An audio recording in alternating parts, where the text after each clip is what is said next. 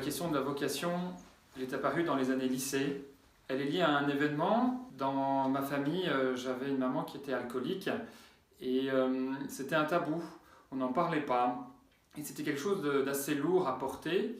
Et j'avais essayé, comme jeune adolescent, de libérer la parole dans la famille, mais c'était pas entendu. Et à l'âge de 15 ans, j'ai décidé d'aller voir le curé de ma paroisse un soir où j'avais retrouvé ma maman par terre, imbibée par l'alcool. Cet homme, ce prêtre, m'a reçu, il m'a écouté, et pour la première fois de ma vie, en écoutant ce que je lui disais, il m'a dit « Jean-Basile, tu dis vrai ». Je sais que la question de la vocation, elle s'est installée ce jour-là. Pourquoi pas prêtre? Parce que en libérant la parole, j'ai probablement fait l'expérience de cette parole de Jésus dans l'évangile, la vérité vous rendra libre. Est né en moi ce jour-là le désir de pouvoir permettre à d'autres de faire cette même expérience.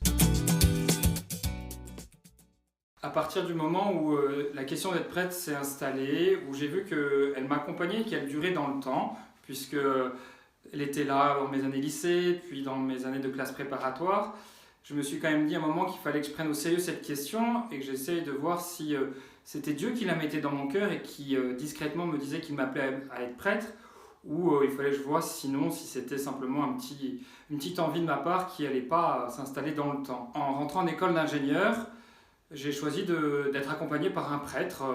Il ne s'agissait pas pour moi tout de suite de dire je vais rentrer au séminaire, mais de me poser la question, d'essayer de voir ce que Dieu voulait. J'avais entendu parler des exercices spirituels de Saint Ignace. Je suis allé voir le curé de ma paroisse et il m'a dit cette année je les donne. J'y suis allé et j'ai pris goût à ces retraites. Et au cours de ce temps où on prie de manière plus intense, j'ai eu une réponse très claire. Le Seigneur m'a dit la question que tu as depuis plusieurs années, ça ne vient pas seulement de toi. C'est le Père qui l'a déposé au fond de toi-même. Je t'appelle à être prêtre. Je peux le dater, c'était le 21 août 2009. J'ai posé le choix de rentrer au séminaire après mon école d'ingénieur. J'ai suivi mon chemin et aujourd'hui je suis prêtre.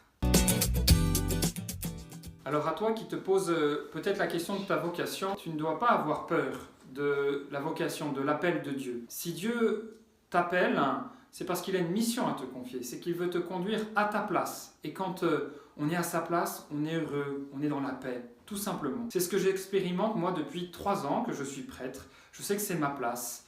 Et ça permet d'être heureux là où on est et de se donner là où on est appelé à être donné sans se poser de questions. Répondre à l'appel de Dieu, c'est un acte positif. On n'entre pas au séminaire au Carmel par défaut. On entre parce qu'on a été appelé par Dieu. Et donc, tant qu'on n'a pas perçu cet appel très clair, ça ne sert à rien de se tourmenter pour savoir où Dieu veut nous appeler. C'est positif. Ça, c'est important. Une vocation, ce n'est pas par défaut. Dieu nous fait désirer notre vocation. Il ne va pas nous emmener là où on n'a pas de goût, là où il n'y a pas de saveur. Dieu nous veut profondément heureux et il veut qu'on soit des témoins heureux et qui manifestent la joie de Dieu. Et donc là où il nous appelle, c'est un lieu de joie et de bonheur et donc il nous fera profondément désirer notre vocation. Et c'est pour ça qu'on est invité à être attentif à ce qui se passe dans notre cœur, aux désirs qui nous habitent, parce que c'est à travers ces désirs que Dieu nous parle et nous indique là où il nous appelle.